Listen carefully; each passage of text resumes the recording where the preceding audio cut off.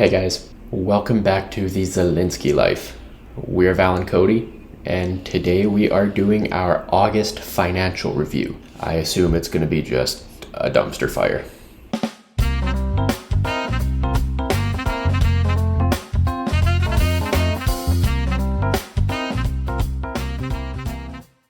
Okay, so like Cody said, we're reviewing our August finances. If you've been following us for a little while, you know that Cody got laid off at the beginning of the month. Mm-hmm. So we've had no employment income, but we have had EI, which ironically stands for employment insurance, employment income, employment insurance. But anyways, we get unemployment benefits from the government. It used to be called the unemployment insurance. And now they call it employment insurance. I don't know. The government loves their acronyms. Which is about a quarter of what Cody usually brings home. Mm-hmm. So we've had to take out of our savings, and it's been a little stressful, but we're managing. We're okay so far.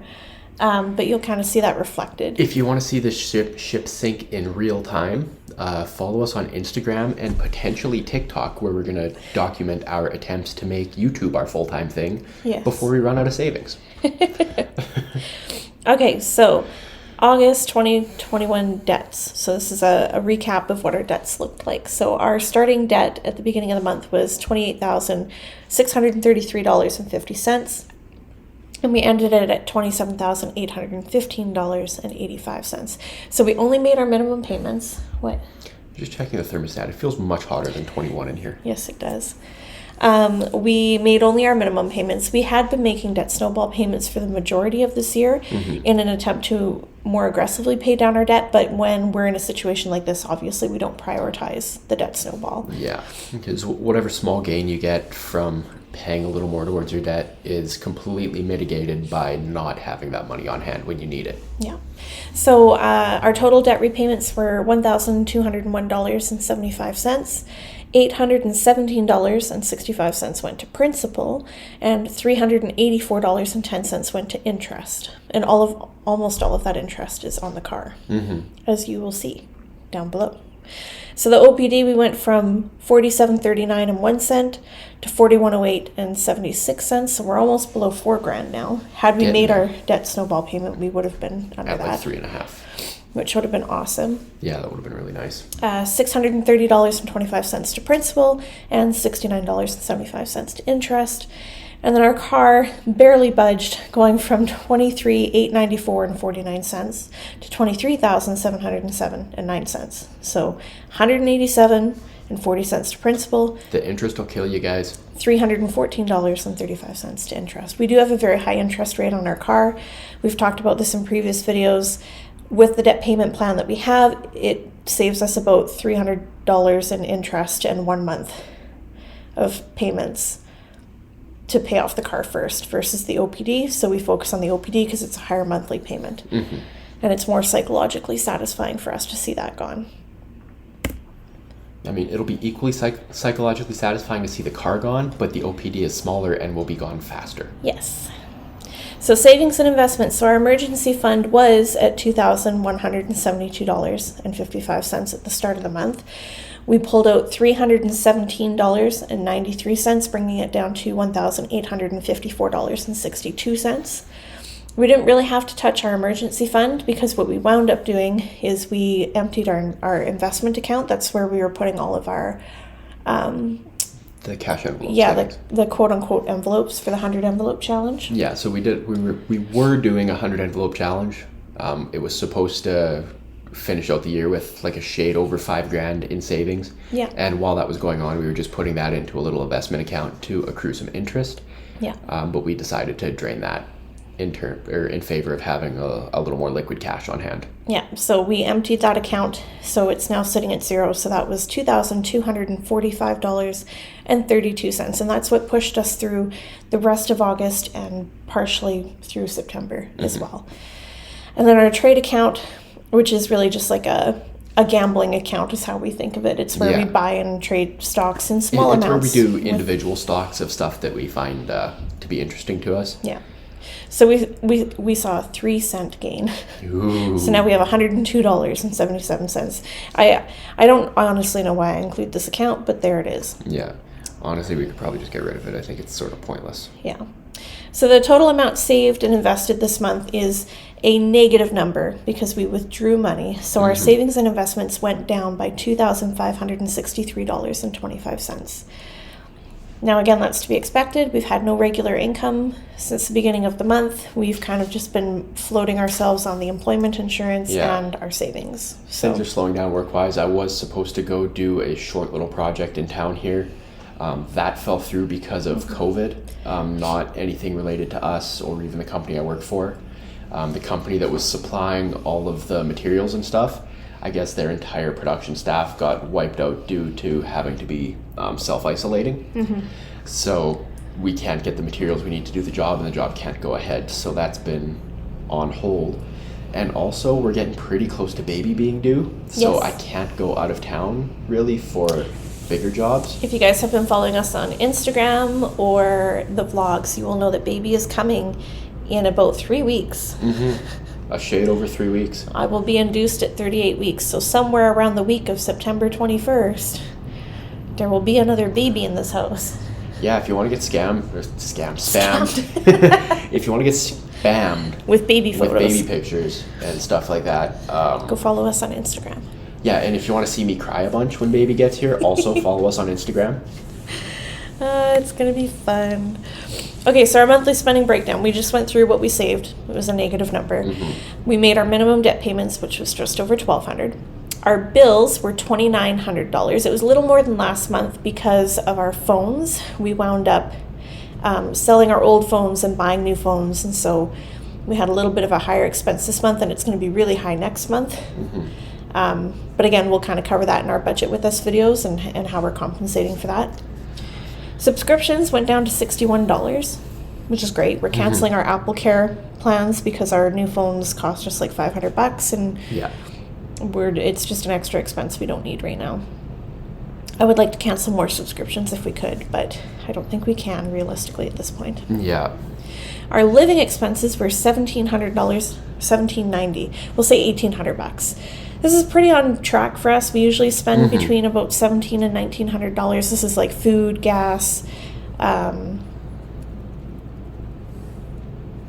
What else? Gas.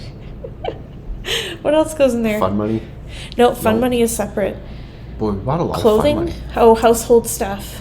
Right. Anyways, it's just like living expenses. Excuse me. Fun money was really high this month. It was $1,532, which is astronomical. But I know why. we were gifted some money for my birthday, and then like an early birthday gift for Cody and early Christmas. Anyways, it's a long story short. Not a long story. I just don't want to get into the personal details of it. Yeah. But the point is that one of our relatives gave us our Christmas and birthday money early because they felt like they wanted to. So this didn't actually come out of our income. Most of it. A few $100s obviously would have come out of ours, but not all of this money. It's essentially money from someone else that just passed through our bank account. Yeah. Our sinking funds was $333 spent, and that was most of it with the car. We had an oil change and an engine flush done. We also had some medical stuff, like my prescriptions and stuff. As we all know, I'm taking all the medication for the pregnancy. Yeah, this whole pregnancy for her has felt like the worst part of a pregnancy for her. Yeah. And then I added in the Zilinski life with an asterisk because this is normally not something that we would see on here, and going forward, the business now makes money to take care of itself. But we spent $566. So this was things like we had to get a new desk. Well, we didn't have to, but kind of though. And a monitor, so there was some hardware that we bought. So one of the things with a kid is that they can reach everything and they want to, and they're just real handsy. So we had to reconfigure our desk situation to something that Freya couldn't get her hands on everything. Yeah, so there were some hardware upgrades, and then we redid our website. We launched a store on the website. We launched coaching, YNAB, one-on-one YNAB coaching on the website as well. Guys, she's really good at the YNAB coaching. If you need help with it, hit her up. I mean, I recommend you go through all your free available resources first, because YNAB does have a lot of great free resources and webinars and blog posts and stuff like that. But sometimes you still just need that one-on-one attention. So if you do, you can find it at our website, link down below, and you can book in with me.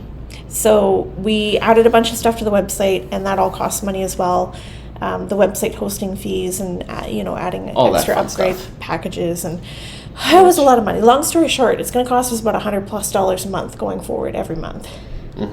But now the business makes at least $100 a month every month. So Yeah, so now the business is self-sustaining, so there's that, and hopefully it'll grow rather rapidly to also become ourselves sustaining. yeah, we have about 8 weeks to make that happen. Yeah. So it's going to be exciting, Yeah, guys. so share Really. the video, hit the likes, leave comments, interact.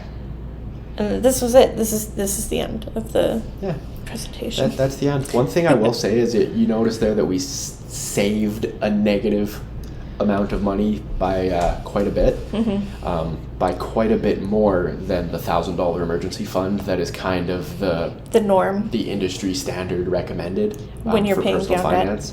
Yeah. When you're trying to pay off debt.